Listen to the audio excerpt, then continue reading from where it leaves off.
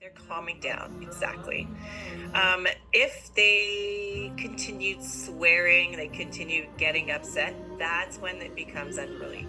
But if a passenger is just, maybe they're upset about something personal issue, they're sad, they're taking it out, maybe not so much on you, but they've swore when they're checking in.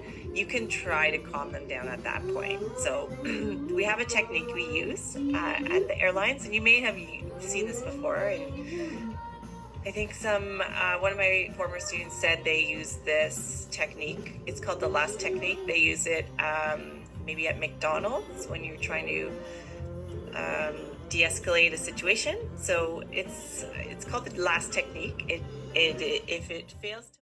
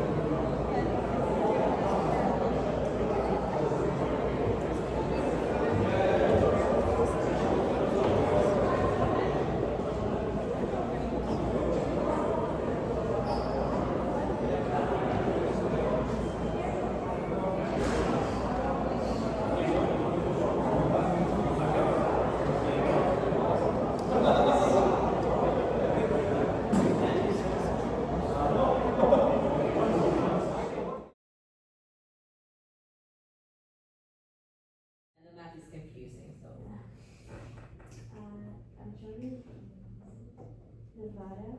Yes, it is Nevada. This one here. Nevada is the outlier. They are still in the same stripe here, following the Pacific time zone. Sometimes they align with Arizona, so I think that might be the reason why Arizona is also considered here. I couldn't find a straightforward map for this slide because the regions in the US are not as clear cut as the Canadian regions. They're quite fluid. It's generally there, but which state is included and which is not, it's up to debate, I guess. Yes, because they are on the standard mountain time zone, but they don't follow daylight saving time. So I assume this might be because sometimes they catch up with Nevada. Interestingly, the Colorado River has the river dam is related, and the border between the two states is right in the middle of it. It's a very famous place where people just take the pictures of one leg in one time zone, the other one in the other time zone, because they are in between the two of them. Might be a reason for that. And this is where it is, really. In the Pacific Ocean on the west, then the Sierra Nevada and Coast Mountains on the east. These are still part of the Pacific, so we are not as far in as the Rockies, right? The Rocky Mountains are really big mountain range, but that's the mountain time zone. These are other mountains. It's generally less populated than the eastern US, yet Los Angeles is the second largest city in the whole US. Which one is the largest one? The largest city in the US. New York? It is New York, yeah. It is New York. Okay, let's look at those states. So there's only 4 states in the Pacific time zone. California is the largest one. There are many major cities that we are familiar with. Let's just see the airport codes for them. And hopefully you remember those for the rest of your life. So Los Angeles, what's the airport code? LAX. San Francisco? And San Diego? No, San, and there was one in Texas as well. Do you remember that one? With San? LAS?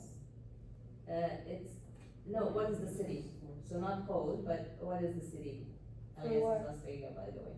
So the city in Texas, which is also San Antonio. Now I'm saying that because out of these Sans, we fly to all of them from Canada. So San Antonio, San Francisco, San Diego, only San Diego has SAN. See? The rest of them, it's SFO, a bit different. It's SFO is the name of the city, and San Antonio, just to make it different from San Diego, is SAT. So I wanted to compare. LAX is Los Angeles, and LAS, what you were saying, Rama, is which one? Las Vegas? Las Vegas, yeah. So pretty close, you have to be careful with that, but it's not hard to remember. The capital city is neither of them, it's Sacramento, but it's not something that you have to remember. We do not have direct flights usually there, it's not a big tourist or a big hub. Population of the whole California back in 2019 was already 40 million. Do you know what is the population of Canada? Okay. What's the first name? Population of Canada? About 10 million? About 18 now. A lot more. How many did you say? 150? 60. Oh, 40 million. 40 million. A little bit over 40 by today, but back in 2019, it was pretty much the same. So the whole population of Canada, you can put in one US state. That's a big state for territory, but not even nearly as big as Canada, right? Canada is the second largest country. So this is just to say how busy, how populous the US is. This is why they have so many airlines. This is why they have so many people. This is why they can have that kind of competition, because there's people to choose from. And lots of airlines. big competition. Okay, north of California is Oregon. Oregon is smaller area, but not too much smaller, maybe half of the size of California, yet it's only 4 million people. That's 10 times less. Why do you think that's the case? Maybe the image there gives you a clue. It's the environment. It's just the wide mountainous environment. In California, being close to the ocean means you are on a lower elevation. You can settle in. But here, the mountains reach all the way out and a lot less available for agriculture as the people were settling before this. The meaningful, the airport that you have to remember is the major city is for Portland, which is a major city, PDX, okay? Not that we have flights from Toronto, but we do have flights from the western part of Canada, Calgary or Vancouver, and if you will be ever based there, you might see that PDX code on your schedule. So remember, Portland, PDX, that's the only airport you have to remember for again. Okay, Washington. Which Washington is this? Is this the capital? No, this is just one of the states, which happens to have the same name. Very similar to which Canadian province? Vancouver. That's the city name. British Columbia. British Columbia, yes. So for cities, Vancouver is very similar to Seattle actually. If someone were to drop you in Seattle, it would be hard to recognize that this is actually not Vancouver. It's going to be raining, That's Washington, Seattle? That's Seattle in Washington State, because Washington State is not the same as the Washington, the capital city. There's capital city on the East Coast. Washington State is up north, just south of BC. I jump back to the map here for a second. So this is Washington State, right? This is BC in Canada. And the capital city of the United States is here on this side, right? That's where it is. The name Washington is very, very often used for different towns and cities. If you just do a quick search, I'm sure you will find a Washington in Iowa, for example, or in Illinois, or in every single state, just because who was Washington? The first ever president of the United States. So they use his name for many things. For example, out of the 50 states, one state is named Washington, but has nothing to do with the capital city. The capital city is here, which is named Washington as well. Okay, so jumping back here, let's see what are the airport codes that you have to remember. It's actually just one airport code you have to remember, that's SE. That's for Seattle and Tacoma. Tacoma is also a big city. They are really close to each other, just like the Twin Cities, like Minneapolis, St. Paul. Okay, we'll come back to talk about some important stuff in Seattle and Washington State in a second. Let's just wrap it up in Nevada for the overview. Nevada is the dry area, least population, right? It's only 3 million people compared to how many we saw in California or even just Oregon or Washington. It's not the capital city that's important to remember, it's the Las Vegas, right? That's the most important airport code you have to remember, and don't confuse with the other Las or Los or those ones. LAS is Las Vegas. Out of those 3 point how many millions, is probably a bit more than that by today. Most of those 3 million live in these 3 cities.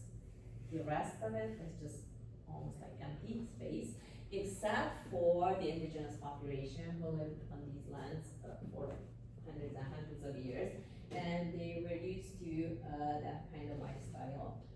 They are still around there, but that forms a fraction of that population. Okay, Los Angeles, LAX, what state? California. It's a huge hub. It's the second largest city in the US. You said New York is the largest one. Remember, New York has 2 airports to serve just that huge urban area. Which 2? LaGuardia. And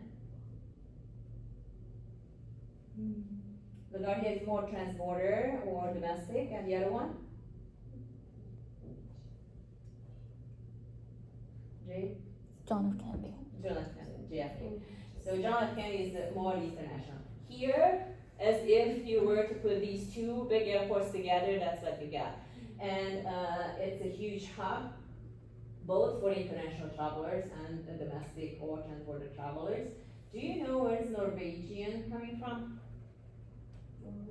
Norway, so it's the flag carrier of Norway. Where's Norway? Yes, Northern Europe. That's quite a hike, right? To Los Angeles, well, yes. It's a really, really long flight. How about Qantas? Australia. Good. That was quick. And New Zealand, of course, New Zealand, but where is New Zealand? It's kind of near Australia. Near Australia. Near Australia.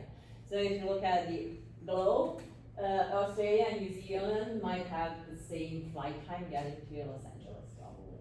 But this is just 3 out of like so many, few dozen international airlines getting to Los Angeles.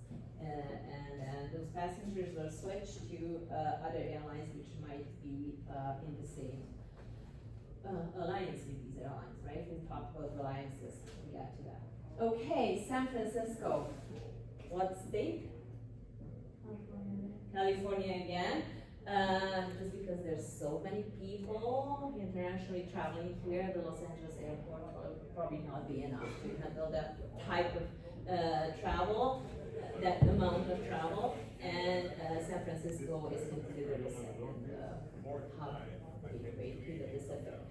The airlines listed here, United, Alaska, but you find everything here. It will be the really long list. Millions of international travelers, just like in Allianz. All you have to remember is the code and to know that is the secondary main important hub there. Okay, so Las Vegas. Is this a hub?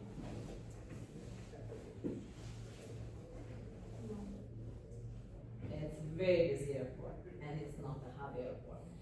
Most of the time, busy airports do end up being hubs, switching points for passengers.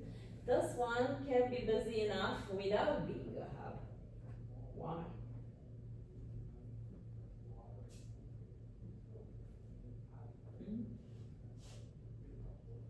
Because there's so many people traveling here, they want to be here.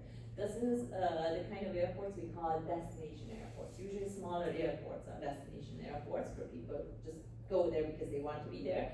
Well, lots of people go here because they want to be here. Did you ever go here? Have you been? No? Is it on your bucket list? Okay. We get to talk about Vegas a little bit. What I want to focus here is the airport. Can you check the airport code on Google? Do you get the same airport name? No? What do you get? So I got confused when I was researching it. Yes. So what's the name? Harry, and you are correct. They just changed it recently, maybe like 4 years ago, or around that. And when I started teaching this course, it was still McCarran Airport. So I thought that do I switch or I don't? And I left it to bring a point home. Airport codes do not change. They are set in stone, just to keep everything same and consistent. Names can change, but then it's too many things to be changed around that too. Rebranding, just renaming everything. This is the reason why airport codes, whatever the airport code was given, that is going to stay like that. So LAS, if you travel and if you search, and if it popped up for your travel itinerary, you might have come across both names, right? So that depending how long ago that article was written or the reference was understand. This is just a reminder that airport codes, when you learn an airport code, that's what it is. And it's very important because sometimes two cities are named with the same name. Think Sydney. Do we have a Sydney in Canada? We do. Where? In Nova Scotia. Is there Sydney somewhere on the world? Yes. In Australia, which is like a few thousand miles away. And believe it or not, some people end up in Sydney, Nova Scotia, which is a small regional airport, wanting to go to Australia. And that's because you look at the name. You always have to make sure that the code is right. And as a flight attendant, it's even more important. Okay, one more thing on the slide. Las Vegas, destination airport. Which other city was like that? Huge airport, but not the hub. Right there. Can you see it? On the slide. Orlando. Orlando was, again, when we talked about the East Coast, one of those destinations where hundreds of people, I think we even looked it up, like it was like 9 flights going on the first day of March break, right? There was like 9 flights going just from Toronto Pearson to Orlando. So hundreds of passengers arriving to these cities and not switching to other airlines. They just stay there. This is why we consider it a destination. Okay, Seattle, what state? Which one? Seattle? Washington, very good. Is the only airport that you have to remember from the state. Seattle is not too far from Vancouver, yet you might find those short, quick flights between Vancouver and Seattle. It's a driving distance.